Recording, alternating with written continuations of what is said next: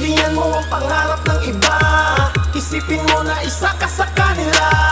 Huwag kang magpatangay, lakas ay ibigay, hanggat wala ka pa sa tugatog ng tagumpay. Sindihan mo ang pangarap ng iba, isipin mo na isa ka sa kanila. Huwag kang magpatangay, lakas ay ibigay, hanggat wala ka pa sa tugatog ng tagumpay. Ang Panginoon sa kanya. So, dahil doon, inunahan niya na ang Diyos. Yan po yung mahirap. Kapag hindi ka marunang maghintay at uunahan mo lagi ang Diyos, siguradong papalpak ka. Hello? Kaya pag mayroong pinapagawa ang Diyos sa iyo, manatili ka doon. At hintayin mo yung tinatawag na talagang perfect timing na God's will ni Lord. Dahil pag hinintay mo ito, na kahit gaano katagal, hintayin natin. Pag hinintay mo ito, pagpapakita ito ang paghihintay ay pagpapasakop sa kalooban ng Diyos. At dahil naghintay ka, ipapakita sa iyo ng Panginoon yung talagang perfectong oras. So, nung time na ito sa Abraham, yung God's presence of God inside, nawala sa kanya. Sariling idea niya ang kanyang pinakilos, ang kanyang mga isinagawa. So, he did not trust God's provision. Nagbi-bless po si Lord, kaya kanyang pagpalain. Higit pa sa ating iniisip, sa ating pong mga inaasam-asam, pwede kang pagpalain ng Panginoon. Sabihin mo nga sa katabi mo, pwede kang pagpalain ng Diyos. Amen. Okay. Number 2. Ano yung una? He did not trust God's provision. Number 2. Ano yung nangyari? Basahin natin ulit kung ano yung nangyari. Sabi dito, ito na. Nang malapit na sila sa hanggahan, sinabi ni Abraham kay Sarai. Sino dito may asawa? Pakitaas na ang kamay. Yan. Kasama ko din yung asawa ko. Asan na ba? Nandyan. Okay. Sabi ni Abraham, ito nabanggit talaga literal. Asawa ko, ikaw ay maganda. Pag nakita ka ng mga Ehipsyo, baka patayin nila ako. Then, nung nakita ng mga Ehipsyo na maganda si Sarai, siguro yung ganda ni Sarai, tayong mga lalaki, no, kapag nakakita tayo ng maganda, maglalakad yung lalaki, then nakakita ng maganda, biglang gumagano. Ang bilis ng lingon. Siguro nung tayo nung nakita ng mga Ehipsyo na maganda si Sarai, ay talaga nga namangha po sila. At agad-agad nilang ipinasabi ito sa Paraon na mayroong maganda tayo na lalakad-lakad dito sa Ehipto. Kung maganda si Sarai, pogi din si Abram. Tama? So, kung pogi siya, nung mga time na ito, literally pogi siya, pero wala sa kanya yung word na ito. Presence of God inside. Number 2 na pwede nating makita dito, ay walang iba kundi, kasi natakot po si Abraham Ang number 2, he did not trust God's protection. Hindi siya nagtiwala na kaya siyang ingatan ng Diyos, kaya siyang protektahan ng Diyos, kaya siyang, lagi siyang bigyan ng tamang shield, protection. Kaya lang dahil sa nangibabaw ang takot sa kanya, dumating yung time na, ito na, pagsisinungaling po iyon. Hello? Kaya nga, pinataas ko kanina, no? Kayo mga babae po na may asawa, pakitaas ang kamay. Pakitaas mo ang kamay, yan. Alam niyo po, no? Papayag ba kayo? Hello? Sabihin ng asawa niyo, sweetheart, pwede naman na, ngayon lang naman. Kunyari, magkapatid tayo. Kunyari, hindi mo ako asawa. Mga babae, papayag ba kayo? So, noong time na ito ay pumayag po si Sarai. Then dahil sa pumayag si Sarai, ano po yung nangyari? Sabi dito, nang malapit na sila sa hanggahan, ito nga, sinabi niya kay Sarai, asawa ko, ikaw ay maganda. Pag nakita ka ng mga Ehipsyo, baka patayin nila ako para makuha ka. Ito na, ang mabuti sabihin mo magkapatid tayo, alang-alang sa iyo, hindi nila ako papatayin. Nang bumagta sila sa hangganan, napunangan ng mga Ehipsyo na maganda si Sarai. Ibinalita ito sa Paraon, then sa pinuno, sa Paraon, kaya inutos itong kunin si Sarai. Pati si Abraham, dahil sa kanya kay Sarai, pati si Abraham ay tinanggap na mabuti at pinagkalooban pa ng mga kawan, tuba, baka, asno, kambing, kamelyo at mga alipin. Okay. Pansinin po natin, sa kabila ng pagsisinungaling ni Abraham, imagine ang bilis ng idea niya, naku, baka patayin ako. So ito na, sinabi niya kay Sarai, magkapatid lang tayo Then ito na, pinapasok sila sa palasyo. Dahil sa pag-aakala na sila ay magkapatid, ano pa, sa kabila ng pagsisinungaling, ay imagine na payaman pa si Abraham. Ang daming kamelyo, baka, asno, kambing, mga alipin, di ba? Pero ito na, yung nangyari sa kanya, ay bakit siya bilis? Kasi nga, alam ng Paraon, magkapatid Naalala ko noon, nung ako ay nanliligaw.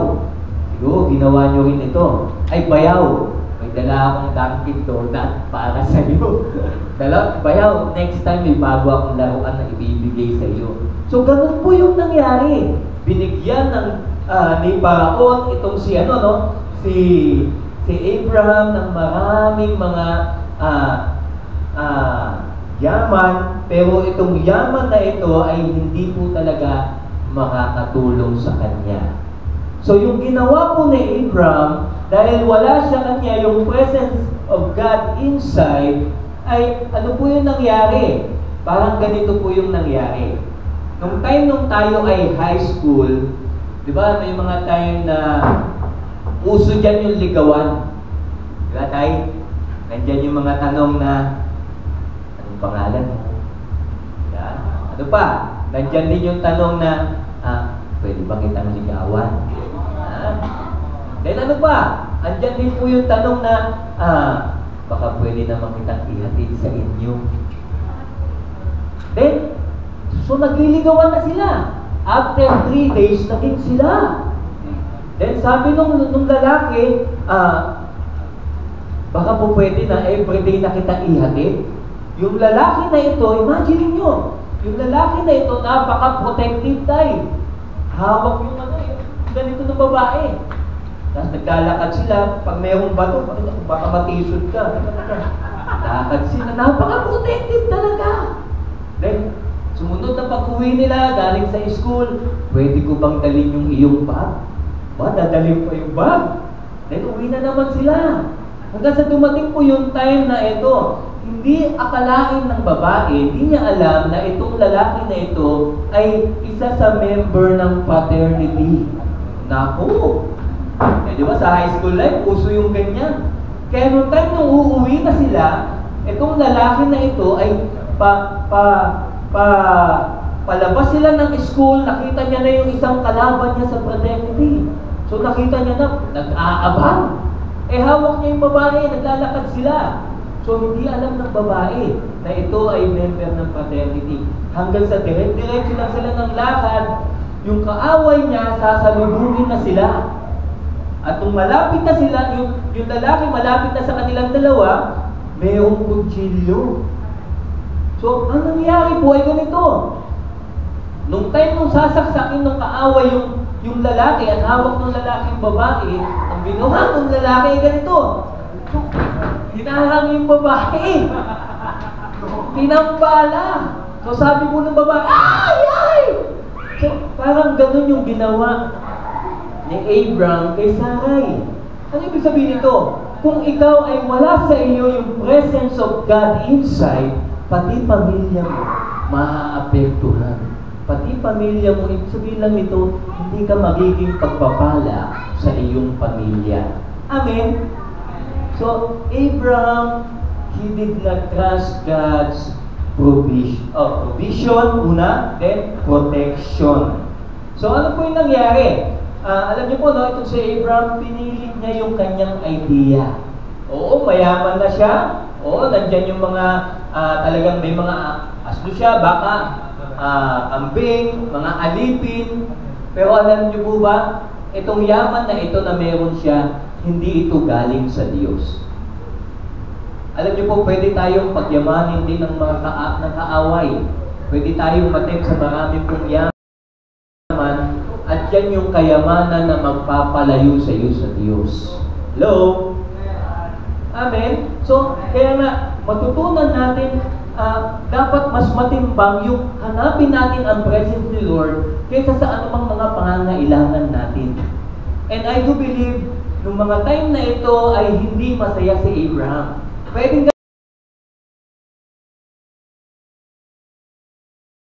gano'n, di ba? Marami kang kayamanan pero hindi ka pa rin masaya kasi wala sa iyo ito. Yung pogi. Di ba? So ano po nangyari? Imaginein po natin, likutan natin ng konti yung ating kaisipan. Sa kabila ng maraming kayamanan kay Abraham, kambing, baka, asno, mga alipin, sa palagay niyo ba masaya siya? Then makikita niya sa bintana ng palasyo, andun si Sarai, then hindi niya katabi si Sarai. And I do believe noong mga time na ito, ay ang Diyos po ay nangungusap sa atin kapag tayo ay nagkakamali. Tama? Anak, huwag mong gawin yan. Hindi ko ikakasaya yan. Anak, mapapariwara ka pag ginawa mo yan.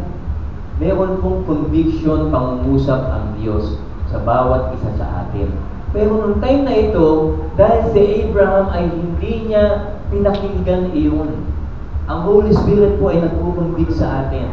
Pero nung time na ito si Abraham, pangatlo, ano yung una? He did not trust God's provision. Pangalawa, he did not trust God's protection. Pangatlo, he did not value God's presence.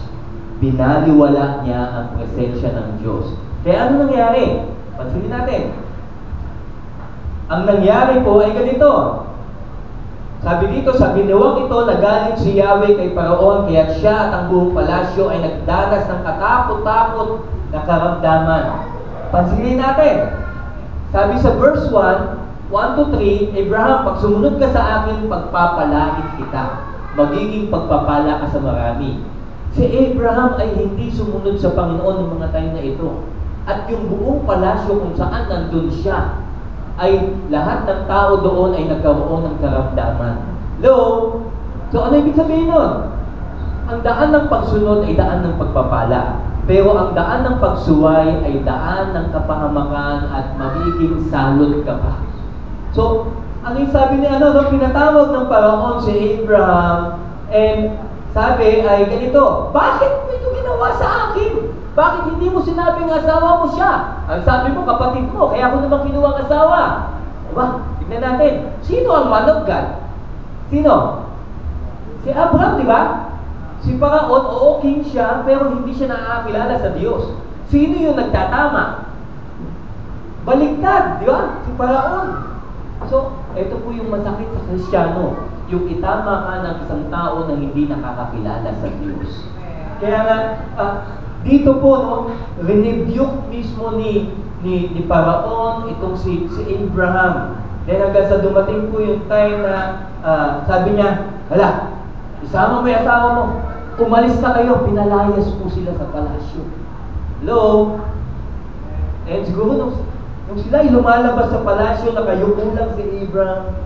Then si Sarah siguro umiiyak yan. Kaya nga, ito pong nangyari kay Abraham, hindi naman namin siya dinadown. Dahil sa ito ay testing ng kanyang pananampalataya, ng kanyang personal na pagkakakilala sa Diyos, ay talagang nasubok po siya, nag-fail po siya.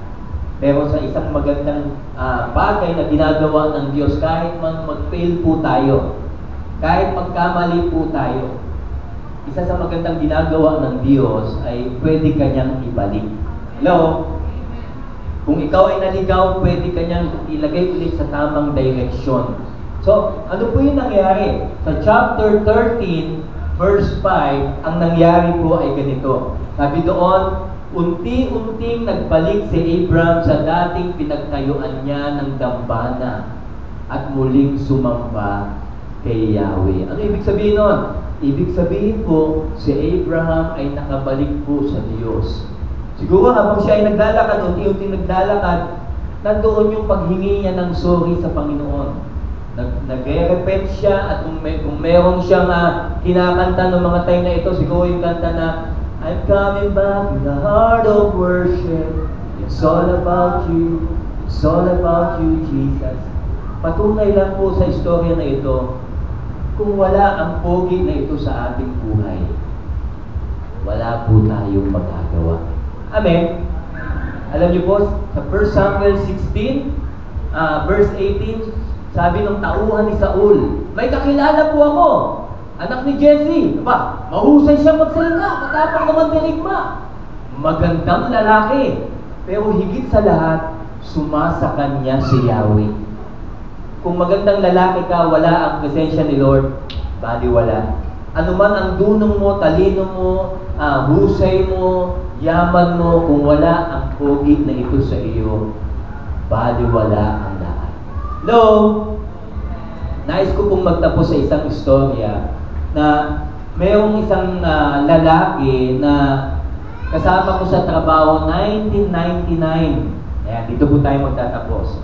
1999, and sabi ng lalaki na ito, Ogi, baka po pwede ang gawin natin, mag-Bible study tayo after nating mag-lunch. Huwag na tayong matulog kasi noong mga time na iyon, nagtatrabaho kami sa isang warehouse sa Celine Shoes. So sabi ko, sige, mag-aaral tayo ng salita ng Diyos. Nag-aral po kami after naming mag-lunch. At habang kami ay nag-aaral, then biglang nag-1 o'clock na, sabihin, babalik na ulit kami sa trabaho. Sabi ni Eric, ang pangalan niya ay Eric, sabi niya, ulitin natin ito, Ogi, bukas. Inulit po namin kinabukasan, nag-aral ulit kami ng salita ng Diyos, and habang kami ay nag-aaral, hindi ko sukat akalain, mayroong isang nakikinig sa amin. Ang pangalan naman niya ay si June. Sabi ni June ay ganito, Ogi, ba maganda yung ginagawa niyo Nag-aaral kayo ng Biblia. Baka pwede akong sumali. Aba, sinali ko siya. Sige, welcome ka dito. So, ilan na kami? 3 na. So, si Eric, si June, tsaka ako. So, habang kami nag-aaral, bigla pong nagkaroon ng katanungan itong si June. Sabi kasi ni June, alam mo, Ogi, naranasan ko na yung ako ay lumuhod sa Diyos, humingi ng tawad sa Diyos, sumama sa mga fellowship, Bible study, taon ang binilang, pero kung tatanungin mo ako ngayon, wala na ako sa Diyos. Malayo na ako sa Diyos. Sa dami ng tukso, pagsubok sa buhay, wala na ako. Ngayon, ang tanong ko sa iyo ay ganito, kung babalik ba ako sa Diyos, makakabalik ba ako sa Kanya? Sabi ko po sa Kanya, oo naman. Ang Diyos ay mabiyaya, mahabagin, tapat. Kailangan lang back to basic ka. Ihingi mo ng tawad sa Diyos lahat ng anumang nagawa mong kasalanan. So, nung time na iyon, habang kami ay nag-uusap, hindi ko sukat akalain ulit, meron pa palang isang nakikinig. So, ang nakikinig ay ang pangalan niya ay si Mar. Ilan na kami? So, ako, si Eric, si June, tsaka si Mar. Pansinin natin, kung si June gusto niyang bumalik sa Diyos, ibahin natin si Mar. Si Mar, bigla siyang pumasok sa aming usapan, doon kami, dahil sabi ni Mar, bakit June? Ba? Ano itong natirinig ko na babalik ka sa Diyos? Kaya hindi ka na makakabalik sa Diyos. Pare-parehas tayong mga demonyo, pa-impyerno dito. Ganun yung kanyang pananalita. At sabi ni June, aba Mar, hindi ka ba kinikilabutan? Basta ako gusto kong bumalik sa Diyos. Kung ikaw, demonyo ka pa, impyerno ko, huwag mo na ako isama. Kaya pili tayo ng kaibigan natin, no? So, nung time na ito na. Ano nangyari? Bigla po, habang kami, sila ay nagsisigawan, ako biglang tumunog yung bell, 1:00. So, ibig sabihin, tapos na yung aming Bible study. Pero sabi ko po sa kanilang 3, bago tayo bumalik sa trabaho, ilang minuto lang. Halimbawa ba na ibigay ko sa inyong 3 itong 100? Kukunin nyo ba? Biglang sumagot tayo si Mar. Sabi niya, aba, akin na, pera yan. Maraming mabibiling merienda dyan. So, sabi ko sa kanya, teka lang. Halimbawa bang dumihan ko yung pera, kung saan-saan ko po ipinahid yung 100, nangitim na, at dumating yung time, sabi ko sa kanila, o yan, madumi na. Kung ibibigay ko sa inyo, kukunin nyo pa rin ba? Sabi po ni June, madumi lang yan, Ogi. Kukunin pa rin namin iyan. So, sabi niya nga, kahit punitin mo yan eh, noong panahon noon. Yeah? Kahit punitin ng pera, pwede ng scotch tape. So, sabi niya, kukunin pa rin nila. Eh, ang lukutin ko. Lukot na, madumi na, kung ibibigay ko sa inyong tatlo, kukunin niyo pa rin ba? Aba, para silang 3 stooges. Sabay na tumutunog. Kukunin pa rin namin iyan. So sabi ko po sa kanilang tatlo, pansinin nyo, dinumihan ko, nilukot ko yung pera, gustong gusto nyo pa rin. Hindi ito nawalan ng value sa inyo. Sa harapan ng Diyos, ganyan tayo. Ikaw man, sabi mo, pa-impyerno ka, demonyo ka, habang humihinga ka, hindi pa tapos ang trabaho ng Diyos sa iyo. Gusto ka pa rin ng Diyos. So, sabi ko din sa kanila, ang buhay natin ay minsan lang. Kung hindi mo papayagan ang Diyos, napakalaking hinayang. Kahit gaano kalungkot ang buhay mo, aayusin ito ng Diyos. Dahil mahal na mahal ka niya. Alam niyo po, nung time na iyon, bigla pong bumulong sa akin si Mar. Ang sabi ni Mar ay ganito, Ogi, makakabalik din pala ako sa Diyos. Sabi po sa salita ng Diyos, sa John 3:16, kayo na lamang ang pag-ibig ng Diyos sa sanlibutan. Kaya ibinigay niya ang kanyang bugtong na anak upang ang sino mang sumampalataya sa Kanya ay hindi mapahamak kundi magkaroon ng buhay na walang hanggan. Ang Bible verse na ito ay may God's part. Ibinigay niya si Jesus para sa iyo at sa akin. Ang man's part naman, sabi doon, upang ang sino mang sumampalataya sa Kanya ay hindi mapahamak. Ang Bible verse na ito ay nagbigay ng babala ang Diyos. Kung hindi ka mananalig kay Jesus, wala kang buhay na walang hanggan. Kung may buhay na walang hanggan sa mga nanalig kay Jesus, may walang hanggang kamatayan sa mga hindi mananalig kay Jesus. Lahat po tayo ay hindi tayo robot na create ni Lord. May mga sarili tayong pagpasya, desisyon, and every decision we make, it will break you or make you. Kaya nga, maging matalino tayo. Habang tayo ay may hininga, matutunan natin laging isa pamuhay, presence of God inside. Amen? Amen. Tayo pong lahat ay tumayo. Hallelujah. Thank you, Jesus. Salamat po ng marami. Purihin ka, O Diyos. Salamat sa iyong salita na aming pong napakinggan. Hayaan niyo, O Diyos, na huwag kami mawalay sa inyo. Kauhawan namin ang iyong presensya. Ang iyong salita ito ay love letter, basahin namin umaga, gabi, Panginoon, at i-apply namin ito sa aming buhay, Panginoon. And Lord, tunay po na the most happiest moment ng aming buhay ay yung makilala ka. Makilala ka at sumunod sa iyo. Kaya Lord, habang kami ay malakas, iaalay namin ang buhay na ito. Ikaw ang aming Diyos, Ikaw ang aming tagapagligtas, Ikaw ang Panginoon ng aming buhay.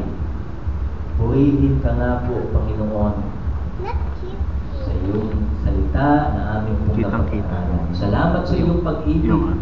Pag-ibig na hindi nagpapago, na hindi nagmamaliw, o hindi nagkukulang. Hallelujah, maraming salamat po, Panginoon. Tunay na ang pag-ibig mo, O Diyos, ay tanging wagas. Mahal na mahal mo kami, maging sino man kami, O Diyos. Kaya Lord, iingat-ingatan po namin ang aming personal na pagkakakilala sa inyo. Purihin ka, O Diyos, sa gabi na ito, sa pangalan ng Jesus. Amen. Palakpakan po natin ang ating Panginoon Jesus. Manatili po tayong nakatayo. Samahan niyo ako. Salamat sa iyo, O Diyos. Pasalamatan natin ang ating Panginoong Jesus. Sindihan mo ang pangarap ng iba. Isipin mo na isa ka sa kanila. Huwag kang magpatangay, lakas ay ibigay hanggat wala ka pa sa tugatog ng tagumpay. Sindihan mo ang pangarap ng iba. Isipin mo na isa ka sa kanila. Huwag kang magpatangay, lakas ay ibigay hanggat wala ka pa sa tugatog ng tagumpay.